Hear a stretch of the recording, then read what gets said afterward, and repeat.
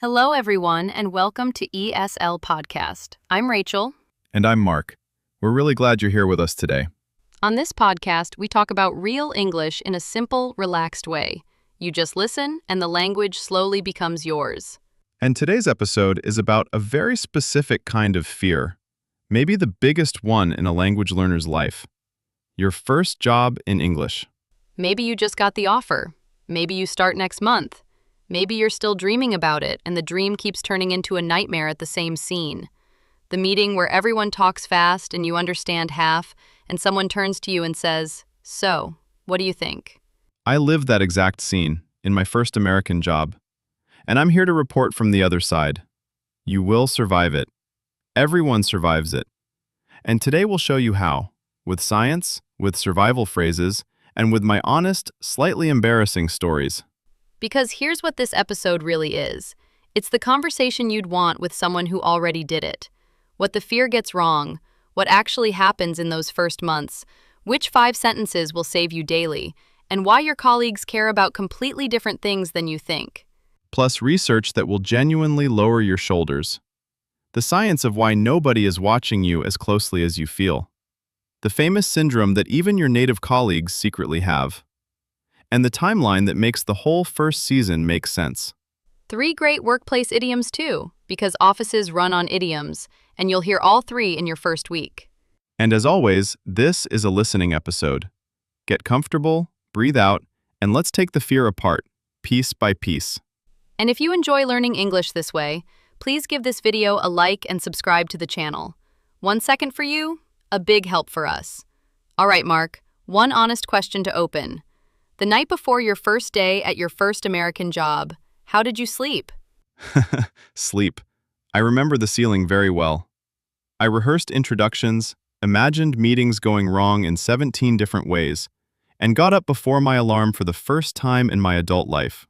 And now, looking back, how many of those 17 disasters actually happened? 0. Some completely different small, awkward things happened instead, and none of them mattered. The ceiling and I worried about the wrong catalog entirely. That's this whole episode in one story. The fear writes a catalog of disasters, and reality ignores it. Okay, let me hear the first day itself, because someone out there needs to hear how it went, and how little the bad parts mattered. My first day at my first American job. I prepared for a week. I ironed a shirt. I practiced saying, "Nice to meet you," in the mirror, like a man rehearsing for the Oscars. And how did the real day go? The morning was fine because the morning was small talk, and small talk has a script. "Nice to meet you. Excited to be here. Found the office okay." I collected my free points. And then, at 10 o'clock, the meeting. The famous first meeting. Rachel, it was like being thrown into a river. 8 people, native speed, jokes I couldn't catch, short forms of words I knew, names of projects I didn't know, and everyone laughing at things I almost understood. I sat there nodding, with my professional face on, understanding maybe 60%, and terrified someone would ask me something. And did they? Of course they did. "So, Mark, any thoughts?" And my thoughts, my actual thoughts, were in another language, hiding under the table. I said, "It sounds good. I'll take a closer look and share my ideas tomorrow." Which, by the way, I now know was a perfectly professional answer, but at that moment, I walked out feeling like a fraud. Hold that word, fraud, because there's a whole beautiful piece of science about it coming. But first, tell them the ending of the first week, because it matters. The ending was quiet and surprising. On Friday, my manager stopped by my desk and said, "Great first week. The team likes you. Your questions in the email thread were really helpful." And I remember thinking, what? I understood 60% of everything, and she saw a good first week. Because she was watching completely different things than you were. You measured your English. She measured your work, your attitude, your questions. And that difference between what you watch and what they watch is the key to this whole episode. I was grading my grammar. They were grading me as a colleague. Was I helpful? Was I friendly? Did my work arrive? And as a colleague, apparently, I was doing fine. So let's go straight into the science of that gap, because it has a name. And once you know it, the fear gets much smaller. Here's one of my favorite psychology findings of all time. Researchers at an American university ran a famous experiment.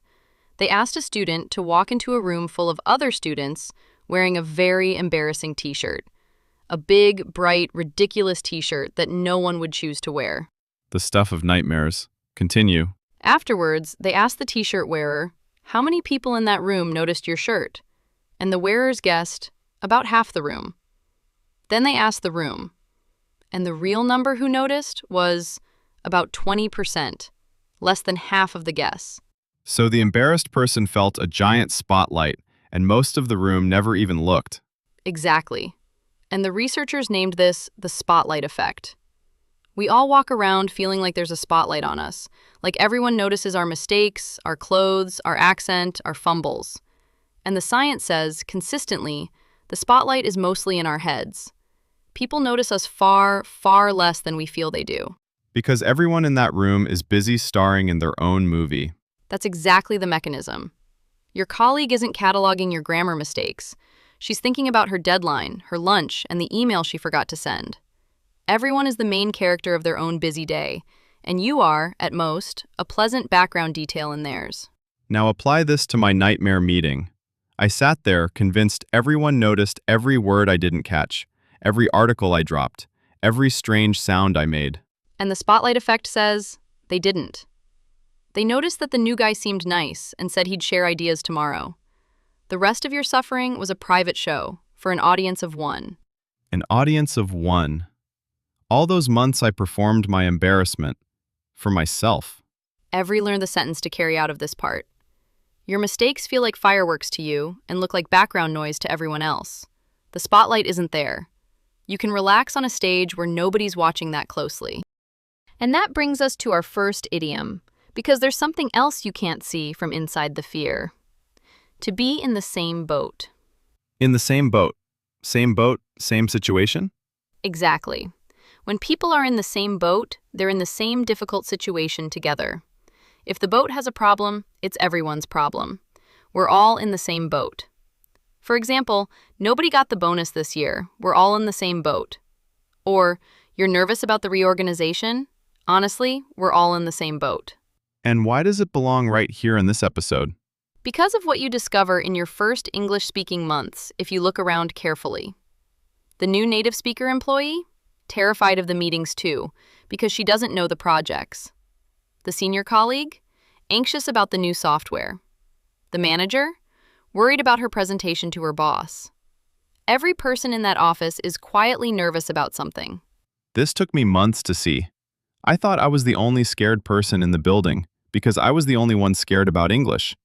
But the building was full of scared people. Different fears, same boat. Same boat. Being new is hard for everyone, in every language.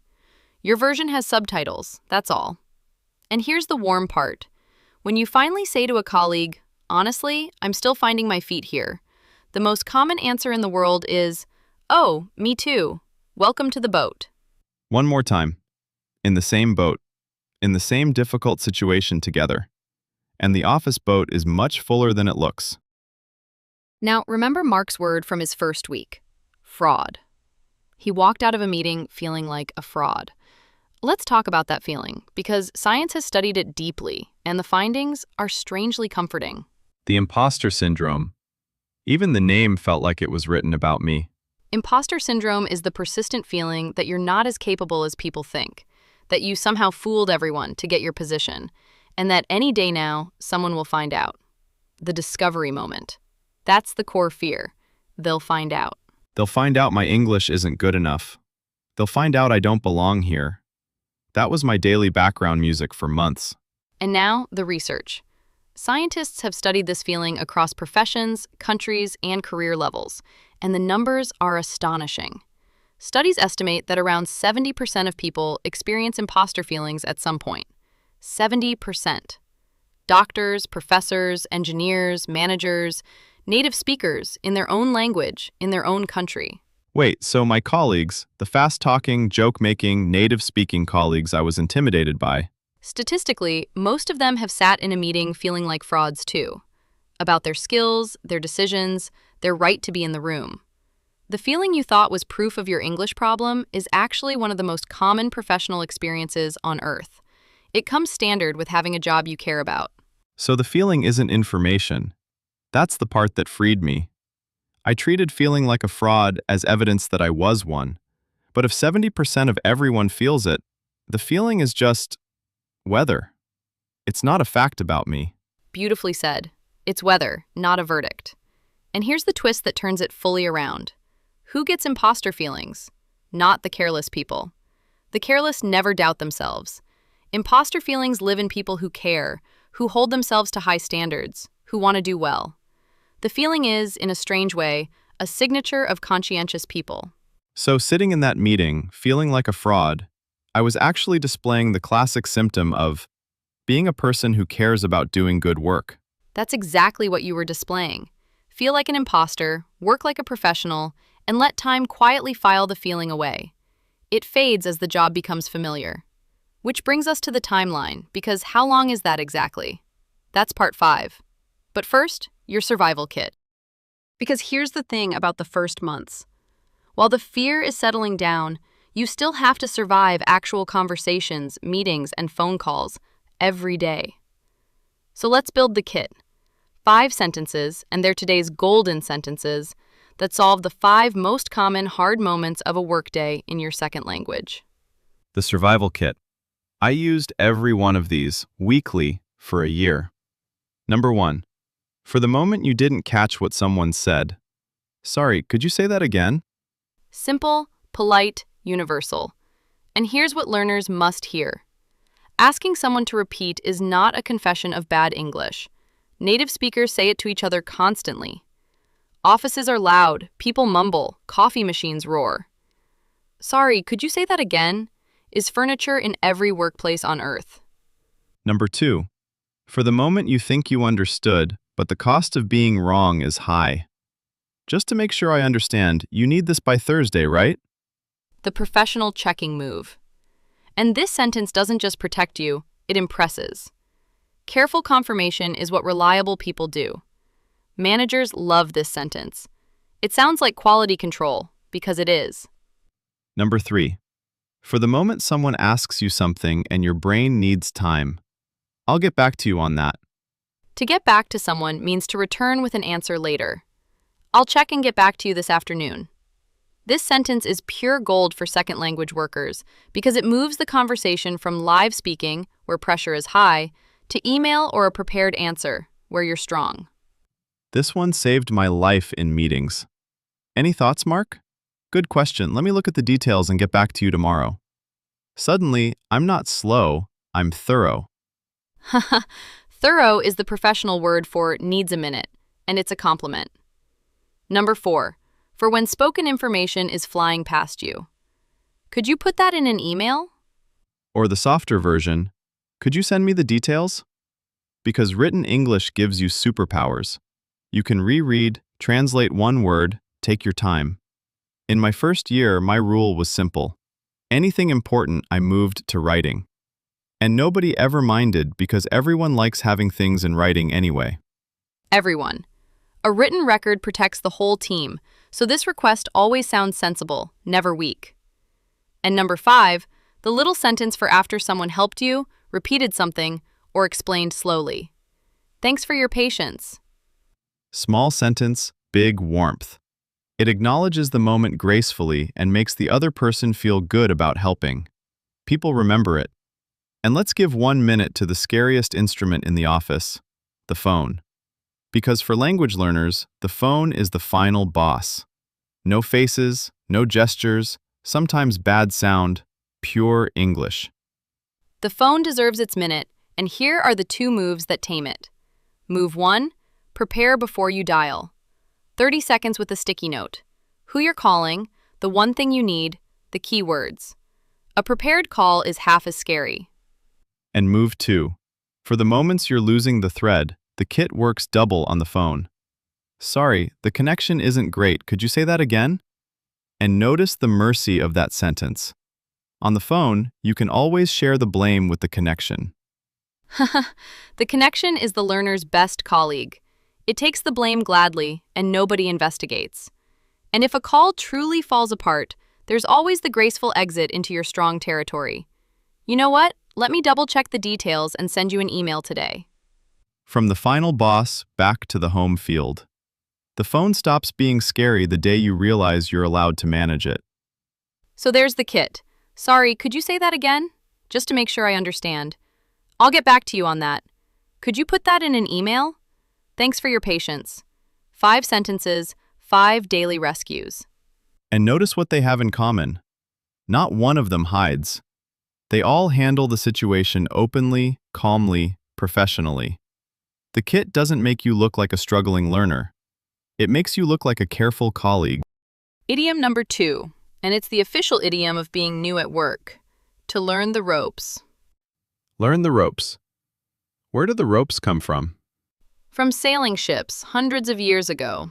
A new sailor's first job was literally learning the ropes. Which rope raised which sail, which one to pull in a storm. Until you knew the ropes, you couldn't really work the ship. Today, to learn the ropes means to learn how things work at a new job or in a new situation. The systems, the habits, the unwritten rules. Give it to us in real office sentences. Don't worry about being slow this month, you're still learning the ropes.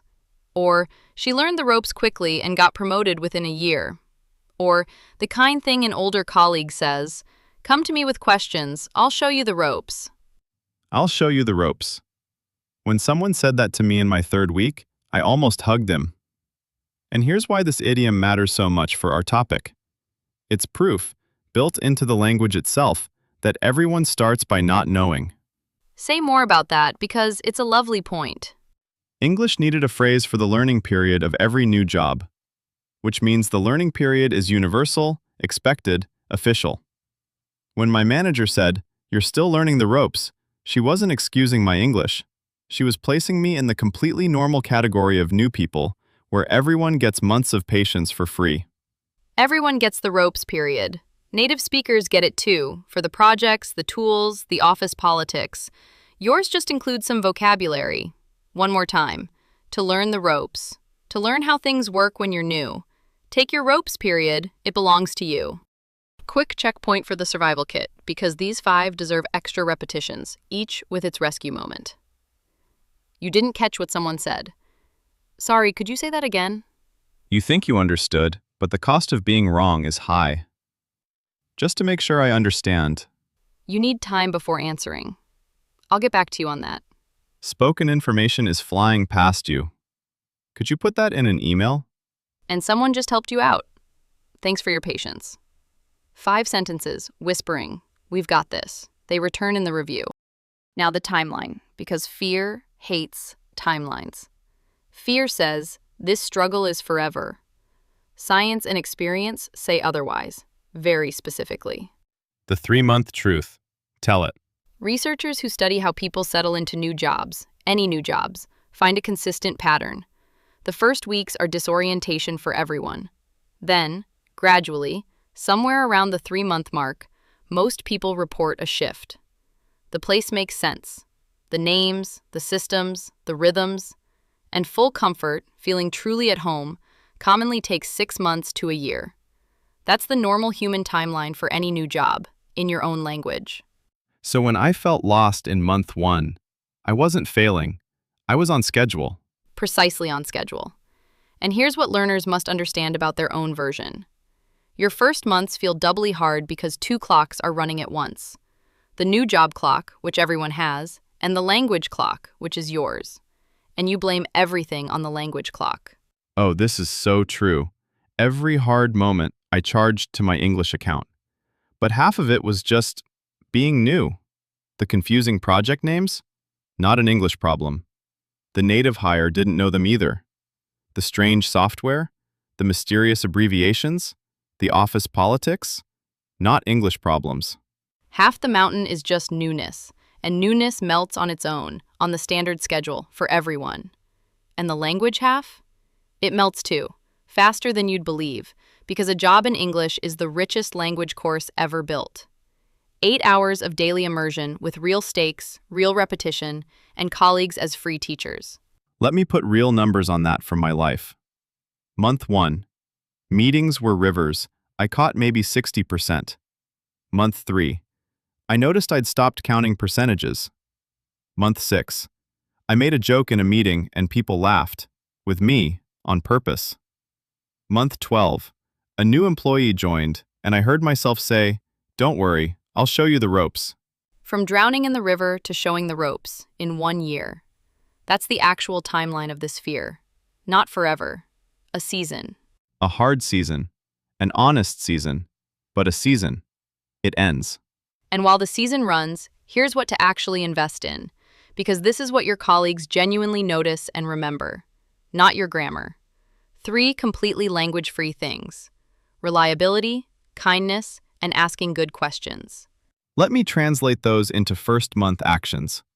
Reliability. If you say, "I'll send it by Thursday," it arrives by Thursday.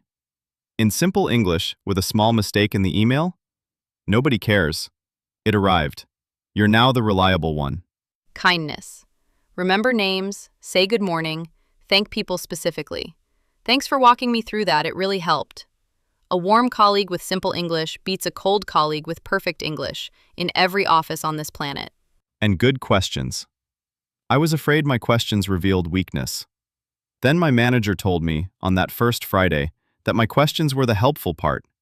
Because new eyes see the things everyone else stopped seeing. New people's questions are a gift to the team, and asking them in simple English makes them even clearer. So there's your first month strategy, and none of it requires advanced grammar. Be reliable, be warm, be curious. The reputation those 3 build will carry your English through every rough patch.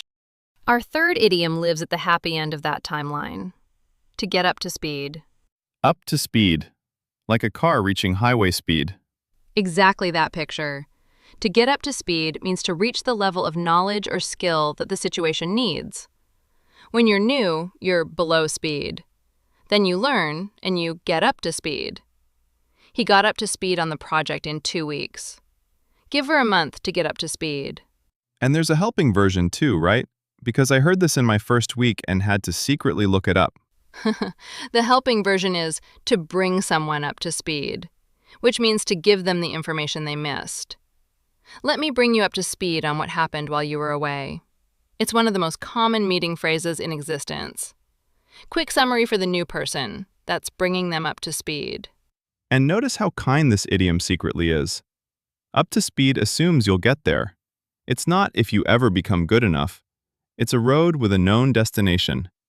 Everyone below speed is simply on their way up. That's the quiet promise inside the phrase. Speed is coming. One more time. To get up to speed, to reach the needed level. And to bring someone up to speed, to fill them in. Your first months are exactly this, the road up to speed. And the road works. Before the review, the 2 questions people ask us about this fear, always quietly. Question 1. What if my colleagues laugh at my English? The fear behind all the other fears. Give the honest answer. The honest answer has 2 parts. Part 1. It almost never happens. Adult workplaces are full of accents, and mocking a colleague's second language is widely seen as ugly behavior. What you'll actually meet, overwhelmingly, is patience and even admiration. Remember, monolingual colleagues know they couldn't do their job in your language.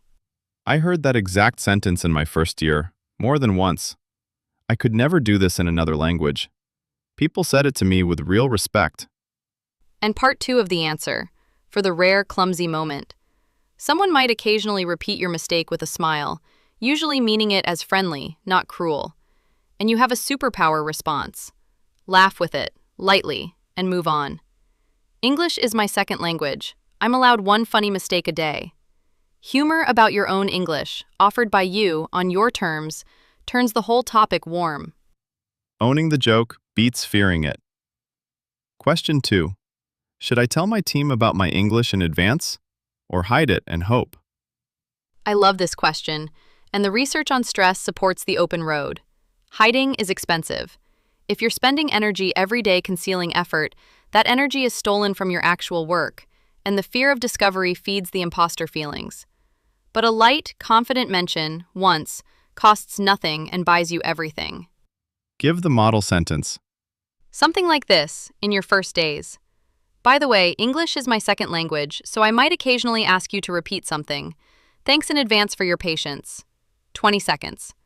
Said once with a smile. And what it buys is enormous. Nobody wonders. Everybody understands the occasional, "Could you say that again?" And you never have to perform perfection. I said my version of that sentence on day 2, and I felt my shoulders physically drop. Because the secret stopped being a secret, and secrets are heavy. Say it once, lightly, then never think about it again. Your energy goes to the work, which is what actually builds your reputation. Okay, let's review the language of this episode, one piece at a time, nice and slow. First, the spotlight effect. The scientific finding that people notice us far less than we feel they do. The embarrassing t-shirt study. Your mistakes are fireworks to you, background noise to everyone else. Impostor syndrome. The feeling that you fooled everyone and will be found out. Around 70% of professionals know this feeling, including native speakers. It's weather, not a verdict. To get back to someone. To return with an answer later. I'll get back to you on that. The sentence that moves pressure from live speech to prepared answers. Thorough. Careful and complete, checking the details. The professional word for what you are when you take your time. To bring someone up to speed. To fill them in on what they missed. Let me bring you up to speed on the project. Now the idioms. Idiom 1. In the same boat. In the same difficult situation together. The office boat is full of nervous people. Different fears, same boat. Idiom 2. To learn the ropes. To learn how things work when you're new. From the sailing ships. Everyone gets a ropes period, and yours is normal. And idiom 3. To get up to speed. To reach the needed level. The idiom that promises you'll get there, because you will. And the survival kit. Our 5 golden sentences, each with its moment. When you didn't catch it. Sorry, could you say that again?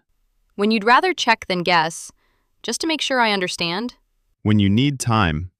I'll get back to you on that. When you want it in writing. Could you put that in an email? And when someone was kind. Thanks for your patience. One more time, just the sentences, slowly. Sorry, could you say that again? Just to make sure I understand. I'll get back to you on that. Could you put that in an email? Thanks for your patience. 5 daily rescues. Learn them like your phone number, and no workday can corner you. If they're with you in your first week, whispering, "We've got this," then this episode did its job. Let's put the whole truth together, nice and short. The spotlight isn't there. People notice your mistakes far less than you feel.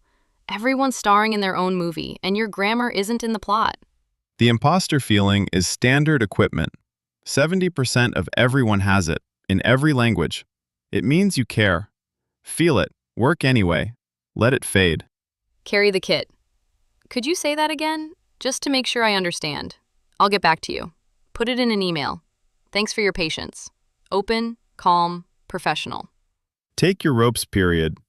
Half your struggle is just being new, and that half melts on everyone's schedule.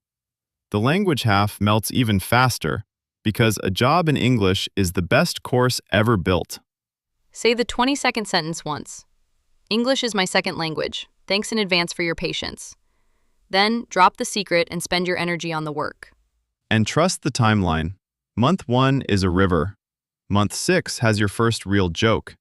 Month 12, you're showing someone else the ropes. It's a season, not a sentence. The fear says you're not ready. Your offer letter says otherwise. Believe the letter. That's all for today's episode. Thank you so much for listening with us.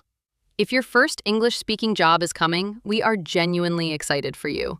You're about to grow more in 1 year than most people do in 5. If you enjoyed this episode, please give it a like and subscribe to the channel so you don't miss the next one. It really helps our podcast grow. Take care of yourself, keep listening, and to everyone starting soon, welcome to the boat. We'll show you the ropes. See you in the next episode. Goodbye. You've got this, everyone. Bye.